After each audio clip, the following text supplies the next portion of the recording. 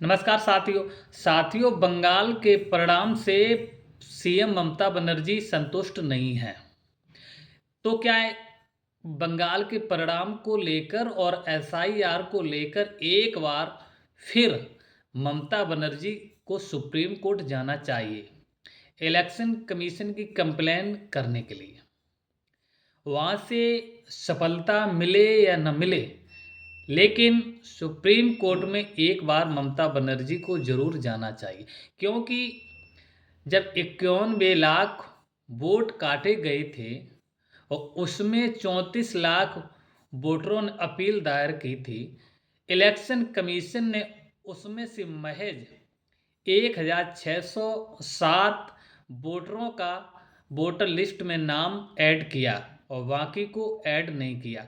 तब supreme court ने कहा था कोई बात नहीं, ये इस बार अपना वोट नहीं डाल पाएंगे तो अगले विधानसभा चुनाव में डाल लेंगे। उसे अब यही समझाना चाहिए कि इसी के कारण ममता बनर्जी की कम से कम 100 सीटों पर नुकसान हुआ, क्योंकि कहीं 10,000, कहीं 5,000, कहीं 100, कहीं 15,000, जहाँ से ममता बनर्जी के कैंडिडेट पराजय हुए हैं उनका आंकड़ा और बीजेपी का आंकड़ा सिर्फ इतना ही था। यदि वो 34,000 वोटर ममता बनर्जी के, उसमें कम से कम 50% तो वोटर उसमें होंगे, यदि उन्हें वोट देते तो चुनाव का परिणाम अलग ही आज साबित होता।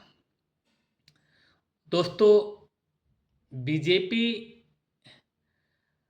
अपनी 2.5 लाख फौज के साथ बंगाल के बॉर्डर को जिस तरह घेरा, जिस तरह ममता बनर्जी को चारों तरफ से प्रेशर में लिया, ममता बनर्जी के प्रशासन को हाईजैक किया, ये किसी लोकतंत्र को दबाने के बराबर है।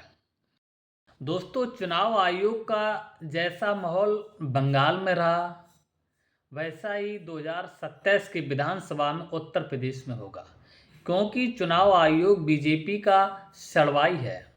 यदि बीजेपी की चुनाव आयोग, इलेक्शन कमीशन, ज्ञानेश कुमार बात नहीं मानेंगे तो उनके घर में जो डीएम की फैक्ट्री है वो तबाह हो जाएगी। इसलिए